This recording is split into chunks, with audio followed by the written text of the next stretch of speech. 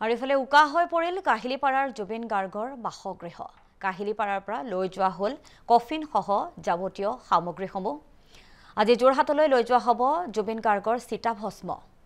যোৰহাটলৈ ৰাওনা হ'ব গৰিমা শইকীয়া গাৰ্গ সহ পৰিয়ালৰ লোক। আৰু যোৰহাটলৈ যোৱাৰ বাবে সকলো ব্যৱস্থা ইতিমধ্যে কৰি দিছে চৰকাৰে। যেটো কালি আছিল আৰ্য শ্ৰাদ্ধ কাহিলিপাৰাৰ এই বাসগৃহটোতে আৰ্য শ্ৰাদ্ধ অনুষ্ঠিত কৰা হয়। বিভিন্ন প্ৰান্তৰ অগণন লোক উপস্থিত থাকে। বিগত এই সময়ছোৱাত আমি দেখিবলৈ পাইছোঁ কাহিলিপাৰাৰ বাসগৃহত বিভিন্ন প্ৰান্তৰ লোকসকলে আহি ভিৰ কৰিছিল। সকলোৱে একাজলি শ্ৰদ্ধাঞ্জলি জ্ঞাপন কৰিছিল। লগতে এই বাসগৃহটো আমি দেখুৱাইছোঁ। এইটোতে জুবিন দা লগতে পৰিয়াল দীৰ্ঘদিনৰ পৰা এই ফ্লেটটোতে তেওঁলোকে এপাৰ্টমেণ্টটোতে আছিল। আৰু সেই উপলক্ষে যিসমূহ আৰ্য শ্ৰাদ্ধৰ নীতি নিয়ম সকলো ইয়াতে পালন কৰি ইয়াতে আয়োজন কৰা হৈছিল।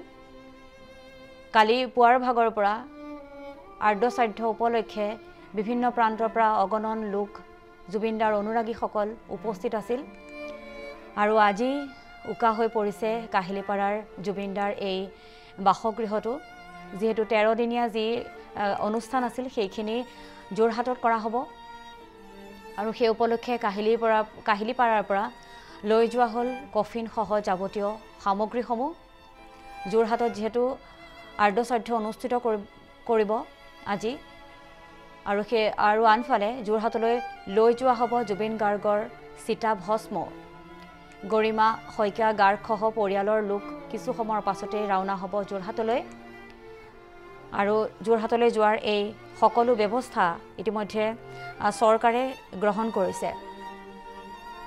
বিগত 10-12 দিন ধৰি এই স্থানতে বিভিন্ন প্ৰান্তৰ অগণন লোক জুবিন দাৰ অনুৰাগী গুণমুগ্ধ সকলোৱে ভিৰ কৰি আছিল।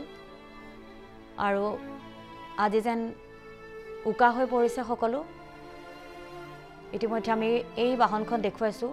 এই বাহনখনতে জুবিন দাক ছিংগাপুৰৰ পৰা যিটো কফিনেৰে লৈ অহা হৈছিল সেই কফিনটো ইতিমধ্যে যোৰহাটলৈ লৈ যোৱা হৈছে।